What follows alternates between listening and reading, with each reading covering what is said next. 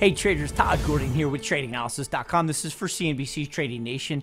Traders, we're going to go to work on the long side in Nvidia. It's one of the few stocks that I'm interested in being long here. I do have concerns about this broader market right now, but Nvidia, if you look at the strength of this pattern, you can see that we did move up towards 260, a new high in Nvidia just before earnings. Earnings sold off Nvidia just a touch, but if we compare Nvidia to the NASDAQ, just pulling up the Qs, you're going to see that the NASDAQ has not yet made a 2018 high, so we have a bit of divergence there. So chips are certainly strong, Nvidia looks strong, so I would like to buy this pullback here post earnings.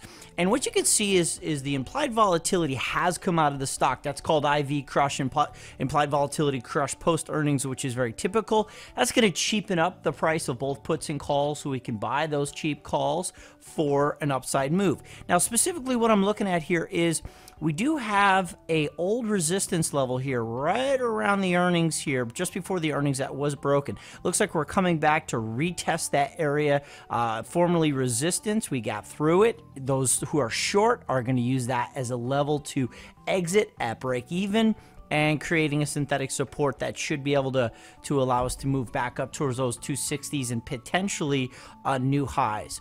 Now, I don't want to try to just take us right to new highs. As I said, I do have concerns about the broader market in here in the face of rising rates. I think the market is quite spooked. So what I want to do is just play a little bit of a short-term move back up towards these old highs just around the 260 mark. If we move up through, then we can deal with that later and we can get some more long exposure on to take us to new highs.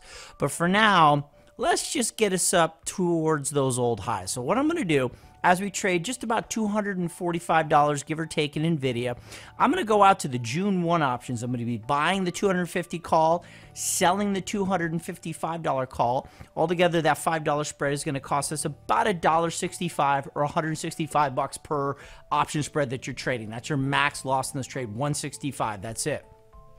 The potential upside, if we were to go right up to that 255 strike at expiration, would be a gain of about $335, depending on where you are filled. Now, the risk management that we use is typically a 50% give back. So the option premium that we're going to put out there, $1.65, let's cut it if that premium gets down to about 82 cents. Okay, I use a 50% give back rule. So position size such that the $82 that you're going to risk per option spread is appropriate for your particular trading account or portfolio. Okay, so position size accordingly.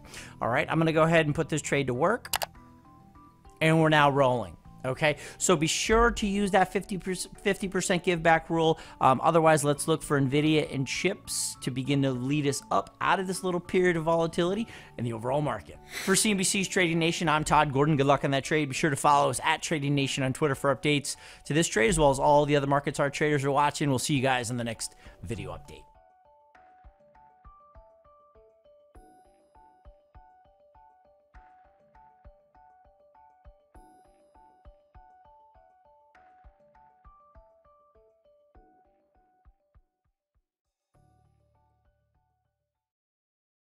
Hey there, thanks for checking out CNBC on YouTube. Be sure to subscribe to stay up to date on all of the day's biggest stories. You can also click on any of the videos around me to watch the latest from CNBC.